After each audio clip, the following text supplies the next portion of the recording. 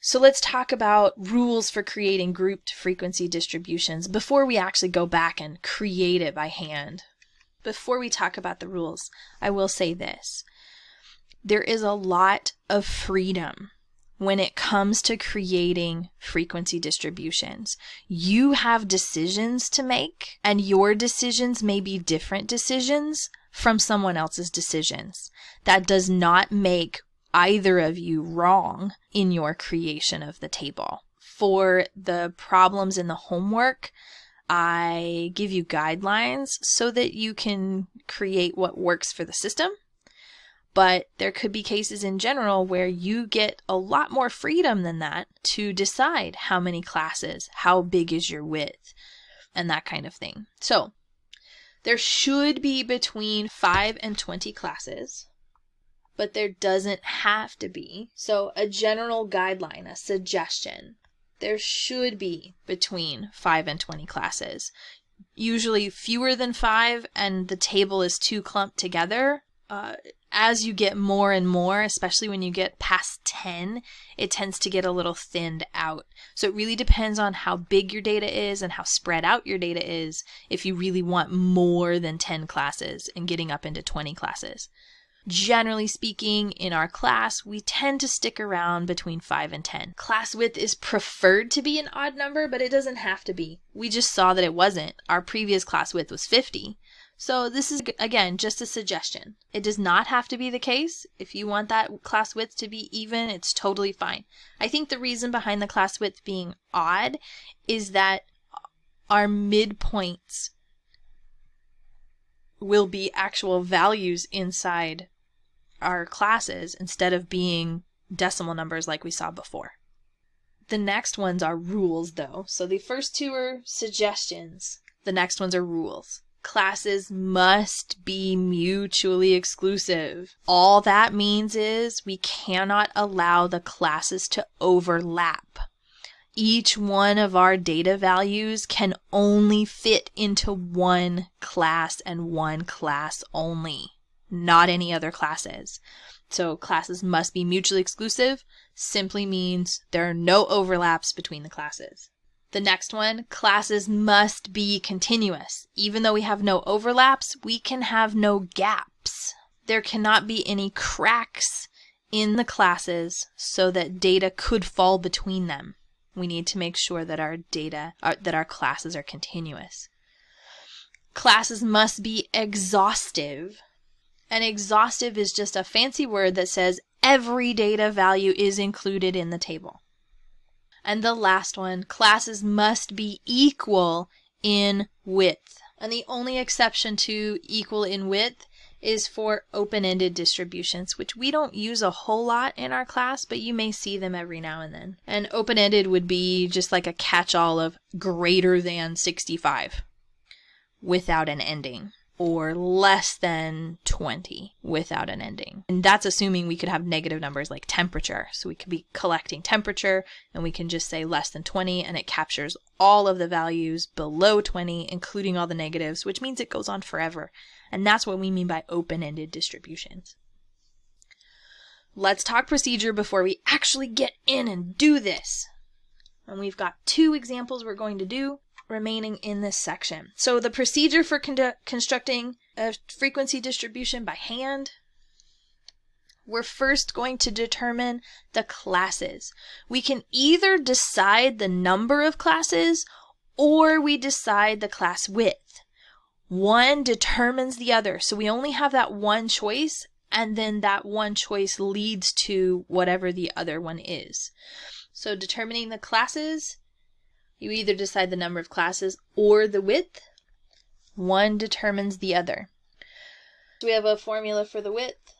The width is approximately equal to the maximum data value minus the minimum data value divided by the number of classes. And so this is if we decide the number of classes, we calculate the class width. So decide the number of classes, we calculate the class width.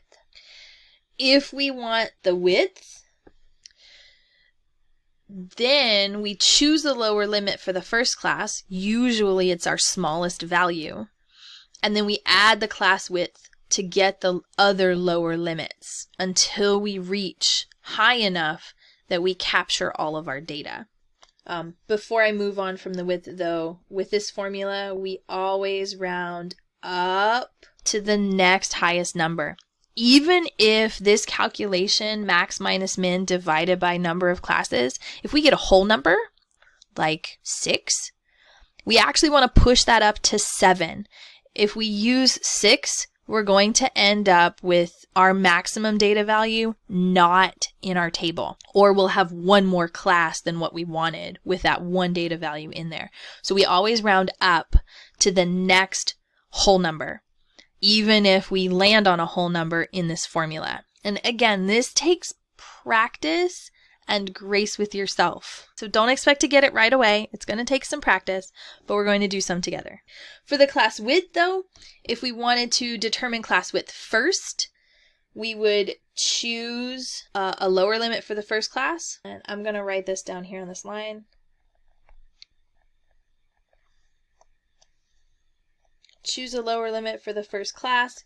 Usually it's the minimum. It doesn't have to be. It could be a little bit below the minimum. And then we can add the class width to get the other lower limits. And this piece is done for both, whether we use the number of classes first and then calculate the width, or we pick the width. We will be choosing that lower limit for the first class no matter what. And then once we have the lower limits, then we can list the upper limits and the boundaries. Step 2. So remember, this is just structuring our table. This is just getting the main structure of our table in step 1. Step 2 is we're going to count the data. We will tally or count the data. And sometimes this comes as tally marks first, and then we go back and count the tally marks and write in the number. And so you'll see me do that in the first example too. Finding the numerical frequencies from the tallies is the next step. For the cumulative frequency and the relative frequency, we've got another step we've got to do, and we will talk about that in one of our examples. Okay, a few more definitions, and then one more we need to add in because I forgot to write it in there. I'm sorry. Let's get these definitions out of the way before we do the examples. Cumulative frequency distribution is a frequency distribution that'll show the number of values less than or equal to a specific value. And that specific value is usually the upper boundary or the next class limit. Cumulative means we're going to add them up. So at each level of the class, we add the previous class to it. And at the end, the very last class is the total number in our data set for the frequency. So again, we'll see one of those a little bit later. So an outlier is a data value far away from the majority of the data. And then our last definition, and I apologize for not putting this in here, we're going to write this one in, a relative frequency distribution. So for a relative frequency distribution, we'll find the frequency, but then we'll create a ratio of the number of times the value occurs in the set out of all the outcomes of the total. So relative frequency distribution is a table showing the ratio or proportion or fraction of the number of times the value of the data occurs in the set of all the outcomes. Relative frequency distributions generally use fractions, percents, or decimals as the values in the relative frequency column. We'll still maintain the same classes as our grouped frequency distribution. We change the frequency into a relative frequency just by dividing by how many values we have. So we'll take a look at that one as well when we work on the examples.